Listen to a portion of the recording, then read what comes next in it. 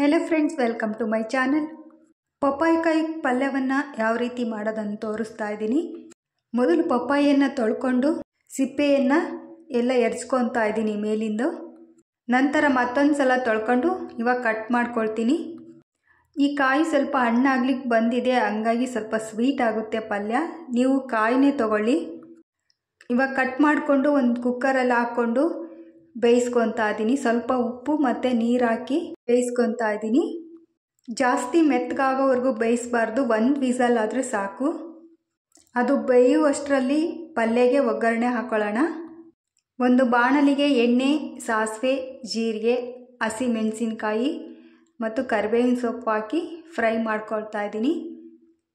ಇದು ಸ್ವಲ್ಪ ಫ್ರೈ ಆದ ನಂತರ ಈರುಳ್ಳಿ ಕೂಡ ಹಾಕ್ಕೊತಾ ಇದ್ದೀನಿ.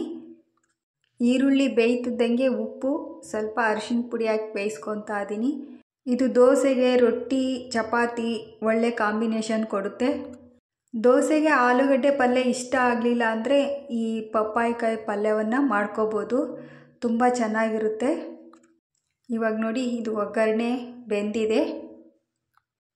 ಇವಾಗ ಪಪ್ಪಾಯಿಕಾಯಿನ ಈ ಬಾಣಲಿಗೆ ಹಾಕ್ಕೊತಾ ಇದ್ದೀನಿ. ನೋಡಿ, ಚೆನ್ನಾಗಿ ಬೆಂದಿದೆ ಪಪ್ಪಾಯಿಕಾಯಿ. ಇವಾಗ ಎಲ್ಲವನ್ನು ಮಿಕ್ಸ್ ಮಾಡ್ಕೊಳ್ತಾ ಇದ್ದೀನಿ. ಚೆನ್ನಾಗಿ ಮಿಕ್ಸ್ ಮಾಡ್ಕೊಳ್ಳಿ. ಇದು ಕೂಡ ಚೆನ್ನಾಗಿ ಫ್ರೈ ಆದ ನಂತರ ಸ್ವಲ್ಪ ಕಡಲೆ ಪುಡಿ ಅಥವಾ ಈ ಹುರಿಗಡಲೆ ಪೌಡ್ರು ಯಾವುದಾದ್ರೂ ಇದ್ದರೆ ಹಾಕೋಬೋದು. ನಂತರ ಕಾಯಿ ತುರಿ, ಕೊತ್ತಂಬರಿ ಸೊಪ್ಪು ಹಾಕಿ ಚೆನ್ನಾಗಿ ಮಿಕ್ಸ್ ಮಾಡಿಕೊಂಡ್ರೆ, ಮತ್ತು ಲಾಸ್ಟಲ್ಲಿ ನಿಂಬೆ ರಸ ಹಾಕ್ತಾಯಿದ್ದೀನಿ ಸ್ವಲ್ಪ. ಈಗ ಪಲ್ಯ ರೆಡಿಯಾಗಿದೆ. ಗ್ಯಾಸ್ ಆಫ್ ಮಾಡಿಕೊಂಡು ಚೆನ್ನಾಗಿ ಮಿಕ್ಸ್ ಮಾಡಿದರೆ ಪಲ್ಯ ಇವಾಗ ರೆಡಿಯಾಗಿದೆ ನೋಡಿ. ಈ ವಿಡಿಯೋ ನಿಮಗೆ ಇಷ್ಟ ಆದರೆ ಲೈಕ್ ಮಾಡಿ, ಶೇರ್ ಮಾಡಿ, ಸಬ್ಸ್ಕ್ರೈಬ್ ಮಾಡಿ, ಬೆಲ್ ಐಕನ್ನ ಕ್ಲಿಕ್ ಮಾಡಿ. Thank you.